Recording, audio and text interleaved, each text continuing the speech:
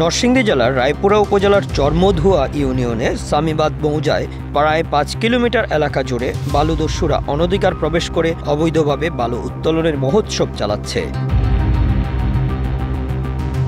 সরেজমিনে গিয়ে দেখা যায় নবীনগর উপজেলার জাফরাবাদে মেসার্স মুন্সি ট্রেডার্স নামে বিবাড়িয়া জেলার সাবেক ছাত্রলীগের সাধারণ সম্পাদক শোভনের লাইসেন্সে ৩২ একর জায়গাতে একটি বৈধ বালুমহাল জেলা প্রশাসকের অনুমতি নিয়ে চালাচ্ছে।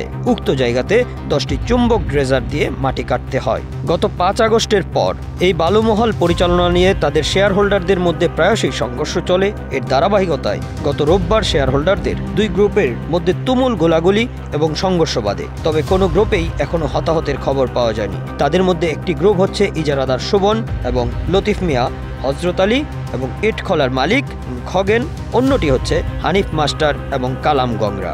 আসছি আমরা মির্জাসরের এরিয়ার ভিতরে দেখার জন্য।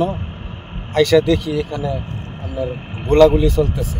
তো গোলাগুলি চলতেছে, এর মধ্যে মানে বিস্তারিত খবর নেওয়া শোনা গেছে যে এখানে আপনার ব্রাহ্মণবাড়িয়ার ছাত্রলীগের সভাপতি ছিল, নাম নাকি সুমন, আমি শিউন না। তো এরপরও বলছি, আমি যদ্দূর শুনছি যে সুমন ভাইয়ের নাকি ডাক পাইছে।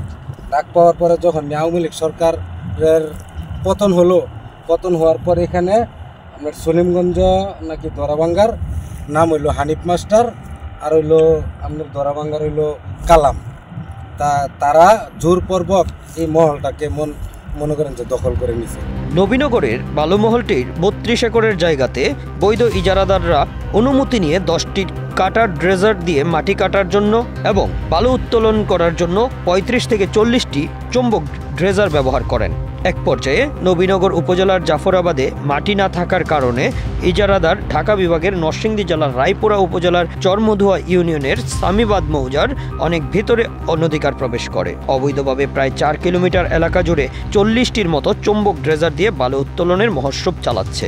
নবীনগরের ব্রাহ্মণবাড়িয়া এরিয়ার ভিতরে কোনো মাটি নাই, দেখা যাইতেছে এরা কাটতেছে আমরা রায়পুরার ভিতরে ঢুইকা। স্থানীয় বাসিন্দা হাবিবুল্লাহ ও নাম প্রকাশে অনিচ্ছুক অনেকেই জানান, প্রশাসনের নিষেধাজ্ঞাকে বৃদ্ধাঙ্গুলি দেখিয়ে অন্তত প্রায় ২৪টি অবৈধ চুম্বক ড্রেজার দিয়ে বালু স্টিলের নৌকায় তোলা হচ্ছে এবং এই অবৈধ বালুর বিক্রির মহোৎসব চলছে। প্রতিদিনের বালুর বাজার মূল্য প্রায় অর্ধ কোটি টাকা।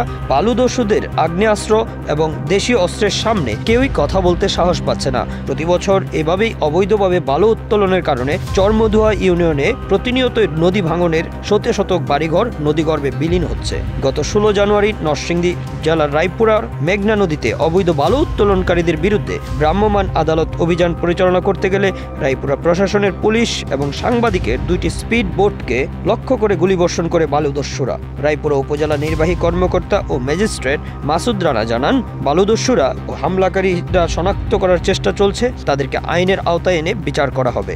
সেখান থেকে মোবাইল কোর্টের অভিযানে বালু উত্তোলনের দায়ে একটি ড্রেজার মেশিন সহ 2 জনকে আটক করে 10 লক্ষ টাকা জরিমানা করা হয়। এখানে মনে করেন আমরা রায়পুরা থানাতে কিছু প্রশাসনের লোক আসছে, আইসা এখানে আপনার যারা ওই জোরপূর্বক আমরা রায়পুরার এরিয়ার ভিতরে ঢুকে মাটি কাটতেছে, পুলিশ আপনার আইন প্রশাসনের লোক সম্ভবত আপনার গোপন সূত্রে খবর পায়া এখানে আসছে উপস্থিত।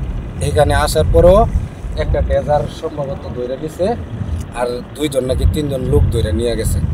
তারপরে এই পরিপ্রেক্ষিতে এখন এই প্রশাসনকে লক্ষ্য করেও মনে করেন যে এই হানিফ মাস্টারের লোক, কালামের লোক আর হলো হেফারের লোক মনে করেন যে প্রশাসনকে লক্ষ্য করেও গুলি করছে। Bangla affairs news desk.